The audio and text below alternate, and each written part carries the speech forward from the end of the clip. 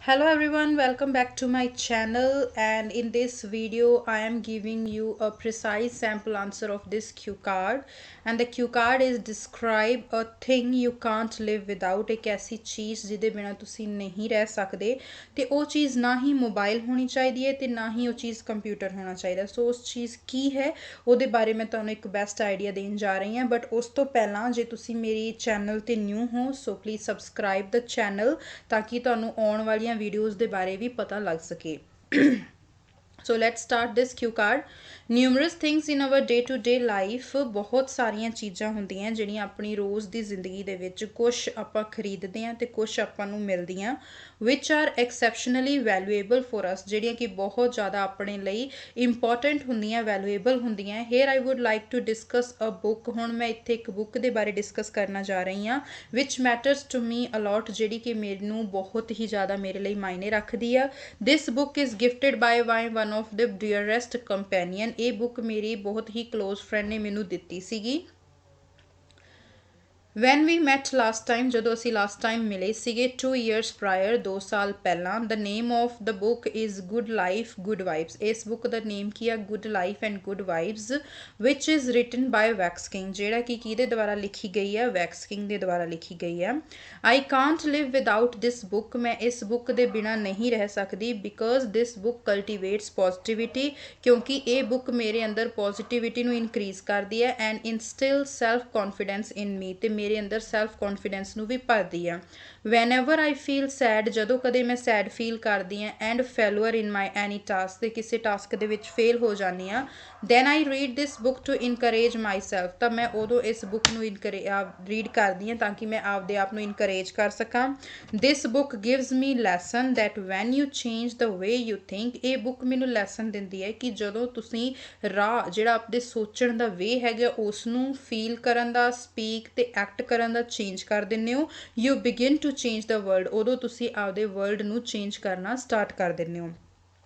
I am become habitual of this book, ਮੈਂ ਇਸ book ਦੀ ਬਹੁਤ ਹੀ ਹੈਬੈਚੁਅਲ ਲਾਈਕ ਆਦੀ ਹੋ ਚੁੱਕੀ ਹਾਂ। And it's motivational lines, that is why, ਇਸ ਕਰਕੇ van I don't have this book, ਜਦੋਂ ਮੇਰੇ ਕੋਲ ਇਹ ਬੁੱਕ ਨਹੀਂ ਹੁੰਦੀ, ਆਈ ਫੀਲ ਦੈਟ, ਮੈਨੂੰ ਐਂ ਲੱਗਦਾ ਆਈ ਹੈਵ ਲੋਸਟ ਸਮਥਿੰਗ, ਮੈਂ ਕੋਈ ਚੀਜ਼ ਗਵਾਤੀ ਆ। And the graph of my energy has reduced, ਤੇ ਜਿਹੜੀ ਮੇਰੀ ਐਨਰਜੀ ਦਾ ਗ੍ਰਾਫ ਹੈ ਉਹ ਪੂਰੀ ਤਰ੍ਹਾਂ ਰਿਡਿਊਸ ਹੋ ਜਾਂਦਾ ਹੈ। ਆਲ ਇਨ ਆਲ ਦਿਸ ਇਜ਼ ਦ ਥਿੰਗ, ਇਹੀ ਇੱਕ ਚੀਜ਼ ਹੈ ਵਿਦਾਊਟ ਵਿਚ ਆਈ ਕਾਂਟ ਲਿਵ, ਜਿਹਦੇ ਬਿਨਾ ਮੈਂ ਨਹੀਂ ਰਹਿ ਸਕਦੀ। And keep it always with me, ਤੇ ਮੈਂ ਹਮੇਸ਼ਾ ਇਹਨੂੰ ਆਪਦੇ ਕੋਲੇ ਰੱਖਦੀ ਹਾਂ। So this is the precise sample of the this cue card. Now let's move to the follow up questions. Why are children attracted to new things such as electronics, ਕਿਉਂ ਜਿਹੜੇ ਬੱਚੇ ਆ ਨਵੀਆਂ ਚੀਜ਼ਾਂ ਦੇ ਵੱਲ ਅਟਰੈਕਟ ਹੁੰਦੇ ਆ? ਦੇਰ ਆਰ ਸੋ ਮੈਨੀ ਰੀਜ਼ਨਸ ਬਿਹਾਈਂਡ ਅਲਿਓਰਿੰਗ ਦ ਚਿਲਡਰਨ ਟੂਵਾਰਡਸ ਦ ਟੈਕਨੋਲੋਜੀਕਲ ਗੈਜਟਸ, ਕਿ ਬਹੁਤ ਸਾਰੀਆਂ ਐਸੇ ਰੀਜ਼ਨ ਹੈ ਕਿ ਕਿਹਦੇ ਪਿੱਛੇ ਕਿ ਜਿਹੜੇ ਬੱਚੇ ਟੈਕਨੋਲੋਜੀਕਲ ਗੈਜਟਸ ਦੇ ਵੱਲ ਅਲਿਓਰ ਹੁੰਦੇ ਆ।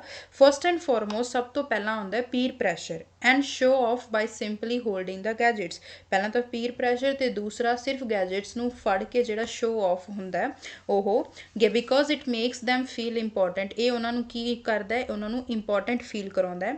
ਇਨ ਐਡੀਸ਼ਨ ਟੂ ਦਿਸ, ਇਹਦੇ ਨਾਲ ਹੀ children want to know about the new technology, ਬੱਚੇ ਜਿਹੜੇ ਹੈ ਉਹ ਨਵੀਂ ਟੈਕਨੋਲੋਜੀ ਦੇ ਬਾਰੇ ਜਾਣਨਾ ਪਸੰਦ ਕਰਦੇ ਆ। ਹਾਊ ਇਟ ਵਰਕਸ, ਕਿਵੇਂ ਕੰਮ ਕਰਦੀ ਹੈ, and what are the features are in it, ਤੇ ਕਿਸ ਟਾਈਪ ਦੇ ਫੀਚਰਸ ਇਹਦੇ ਵਿੱਚ ਹੈਗੇ ਆ।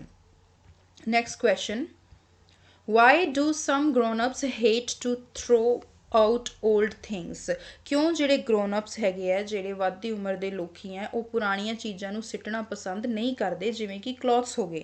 ਐਜ਼ ਪਰ ਮਾਈ ਪਰਸੈਪਸ਼ਨ, ਮੇਰੇ ਪਰਸੈਪਸ਼ਨ ਤੇ ਦੇਖਿਆ ਜਾਵੇ, people have emotional connection with certain things, ਲੋਕਾਂ ਦੇ ਕੀ ਹੈ ਕੁਛ ਚੀਜ਼ਾਂ ਦੇ ਨਾਲ ਇਮੋਸ਼ਨਲ ਕਨੈਕਸ਼ਨਸ ਹੁੰਦੇ ਆ। ਦੈਟ ਇਜ਼ ਵਾਈ, ਇਸ ਕਰਕੇ they do not like to throw them, ਉਹ ਉਹਨਾਂ ਨੂੰ ਸਿੱਟਣਾ ਪਸੰਦ ਨਹੀਂ ਕਰਦੇ। Moreover some things are connected with their childhood, ਕੁਛ ਚੀਜ਼ਾਂ ਹੁੰਦੀਆਂ ਜਿਹੜੇ ਉਹਨਾਂ ਦੇ ਚਾਈਲਡਹੁੱਡ ਦੇ ਨਾਲ ਕਨੈਕਟ ਕਰਦੀਆਂ। ਦੈਟ ਬੀਇੰਗ ਦ ਰੀਜ਼ਨ, ਇਹੀ ਇੱਕ ਕਾਰਨ ਹੈ people want to hold them for the long time, ਲੋਕੀ ਉਹਨਾਂ ਚੀਜ਼ਾਂ ਨੂੰ ਲੰਬੇ ਸਮੇਂ ਤੱਕ ਹੋਲਡ ਕਰਨਾ ਚਾਹੁੰਦੇ ਆ। Some things are given by their parents, ਕੁਛ ਚੀਜ਼ਾਂ ਹੁੰਦੀਆਂ ਜਿਹੜੇ ਉਹਨਾਂ ਦੇ ਪੇਰੈਂਟਸ ਦੇ ਦੁਆਰਾ ਦਿੱਤੀਆਂ ਜਾਂਦੀਆਂ, ਐਂਡ ਅਦਰ ਲਵਡ ਵਨਸ, ਤੇ ਹੋਰ ਦੂਸਰੇ ਲਵਡ ਵਨਸ ਦੇ ਦੁਆਰਾ, which are very precious for them, ਜਿਹੜੇ ਉਹਨਾਂ ਦੇ ਲਈ ਬਹੁਤ ਜ਼ਿਆਦਾ ਕੀਮਤੀ ਹੁੰਦੀਆਂ, due to emotional connection instead of price, ਸਿਰਫ ਇਮੋਸ਼ਨਲ ਕਨੈਕਸ਼ਨ ਦਾ ਕਰਕੇ, ਨਾ ਕਿ ਪ੍ਰਾਈਸ ਪ੍ਰਾਈਸ ਦਾ ਕਰਕੇ। Is the way people buy things affected, ਕਿ ਜਿਹੜਾ ਲੋਕਾਂ ਦਾ ਚੀਜ਼ਾਂ ਖਰੀਦਣ ਦਾ ਤਰੀਕਾ ਹੈ ਉਹ ਅਫੈਕਟਡ ਹੋਇਆ। ਹਾਊ, ਕੋਈ ਕਿਸ ਤਰੀਕੇ ਨਾਲ ਅਫੈਕਟ ਹੋਇਆ। Of course it is totally affected, ਇਹ ਪੂਰੀ ਤਰ੍ਹਾਂ ਅਫੈਕਟਡ ਹੋਇਆ ਹੈ। ਇਫ ਵੀ ਕੰਪੇਅਰ ਇਟ, ਜੇ ਆਪਾਂ ਇਸ ਨੂੰ ਕੰਪੇਅਰ ਕਰਦੇ ਹਾਂ ਵਿਦ ਦਾ ਪਾਸਟ ਦੇ ਨਾਲ, ਦੈਨ ਅਰਲੀਅਰ ਪੀਪਲ ਬਾਏ ਦਾ ਨੋਰਮਲ ਪ੍ਰਾਈਸ ਥਿੰਗਸ, ਪਹਿਲਾਂ ਲੋਕੀ ਨੋਰਮਲ ਪ੍ਰਾਈਸ ਦੀਆਂ ਚੀਜ਼ਾਂ ਨੂੰ ਖਰੀਦਦੇ ਸੀਗੇ, ਬਟ ਨਾਓ ਅਡੇਜ਼, ਬਟ ਅੱਜ ਕੱਲ੍ਹ they prefer to buy technological things, ਉਹ ਟੈਕਨੋਲੋਜੀਕਲ ਥਿੰਗਸ ਨੂੰ ਪ੍ਰੈਫਰ ਕਰਦੇ ਬਾਏ ਕਰਨਾ, which are quite expensive. What do you think influences people to buy new things? ਇਹੋ ਜਿਹੀ ਕਿਹੜੀਆਂ ਚੀਜ਼ਾਂ ਜਿਹੜੇ ਲੋਕਾਂ ਨੂੰ ਨਵੀਆਂ ਚੀਜ਼ਾਂ ਬਾਏ ਕਰਨ ਦੇ ਵਿੱਚ ਇਨਫਲੂਐਂਸ ਕਰਦੀਆਂ। I think advertisement influences the most, ਮੈਨੂੰ ਇਹ ਲੱਗਦਾ ਹੈ ਕਿ ਐਡਵਰਟੀਜ਼ਮੈਂਟ ਸਭ ਤੋਂ ਜ਼ਿਆਦਾ ਪ੍ਰਭਾਵਿਤ ਕਰਦੀ ਹੈ ਇਨ ਟਰਮਸ ਆਫ ਨਿਊ ਥਿੰਗਸ, ਨਵੀਆਂ ਚੀਜ਼ਾਂ ਦੇ ਮਾਮਲੇ ਦੇ ਵਿੱਚ। ਪੀਪਲ ਅਲਿਓਰ ਟੂਵਾਰਡਸ ਦਾ ਅਪਡੇਟਡ ਥਿੰਗਸ, ਜਿਹੜੇ ਲੋਕੀ ਹੈ ਉਹ ਅਪਡੇਟਡ ਥਿੰਗਸ ਦੇ ਬੰਨੀ ਜ਼ਿਆਦਾ ਅਲਿਓਰ ਹੁੰਦੇ ਹੈ, ਐਂਡ ਨਿਊ ਫੀਚਰਸ, ਨਵੇਂ ਫੀਚਰਸ ਦੇ ਬੰਨੀ। And one of the example is mobile phone. Apart from this, ਇਸ ਤੋਂ ਇਲਾਵਾ the new style attracts the more, ਜਿਹੜੇ ਨਵਾਂ ਸਟਾਈਲ ਹੁੰਦਾ ਉਹ ਵੀ ਬਹੁਤ ਜ਼ਿਆਦਾ ਅਟਰੈਕਟ ਕਰਦਾ ਹੈ। ਇਨ ਐਡੀਸ਼ਨ ਟੂ ਦਿਸ ਪੀਰ ਪ੍ਰੈਸ਼ਰ ਇੰਪੈਕਟਸ ਦ ਮੋਸਟ, ਅਤੇ ਪੀਰ ਪ੍ਰੈਸ਼ਰ ਵੀ ਇਹਦੇ ਵਿੱਚ ਬਹੁਤ ਜ਼ਿਆਦਾ ਇੰਪੈਕਟ ਕਰਦਾ ਹੈ। When another companion has the remarkable things, then children pester their parents to buy the updated things for them, ਜਦੋਂ ਉਹਨਾਂ ਦੇ ਦੂਸਰੇ ਕਿਸੇ ਫਰੈਂਡ ਕੋਲੇ ਬਹੁਤ ਹੀ ਵਧੀਆ ਅਤੇ ਰੀਮਾਰਕੇਬਲ ਚੀਜ਼ ਹੁੰਦੀ ਹੈ, ਉਦੋਂ ਚਿਲਡਰਨ ਆਪਦੇ ਪੇਰੈਂਟਸ ਨੂੰ ਪੈਸਟਰ ਕਰਦੇ ਕਿ ਉਹ ਵੀ ਉਹੋ ਜਿਹੀ ਅਪਡੇਟਡ ਥਿੰਗ ਉਹਨਾਂ ਲਈ ਖਰੀਦ ਕੇ ਦੇਣ। So this is all about the today's video and today's cue card and follow up. So hope guys you like this. ਜੇਕਰ ਤੁਹਾਨੂੰ ਇਹ ਕਿਊ ਕਾਰਡ ਅਤੇ ਤੁਹਾਨੂੰ ਫੋਲੋਅਪ ਕੁਐਸਚਨ ਵਧੀਆ ਲੱਗੇ ਤਾਂ ਪਲੀਜ਼ ਮੈਨੂੰ ਕਮੈਂਟ 'ਚ ਕਰਕੇ ਦੱਸੋ ਕਿ ਤੁਹਾਨੂੰ ਕੀ ਇਸ ਦੇ ਵਿੱਚ ਵਧੀਆ ਲੱਗਿਆ, ਕਿਸ ਟਾਈਪ ਦੀ ਇੰਪਰੂਵਮੈਂਟਸ ਦੀ ਨੀਡ ਆ। ਪਲੱਸ ਜੇ ਤੁਸੀਂ ਨਿਊ ਹੋ so please subscribe the channel so that you will get the further updates on the IELTS. So okay, let's finish this video and meet tomorrow at this time with a new video. So bye bye, take care.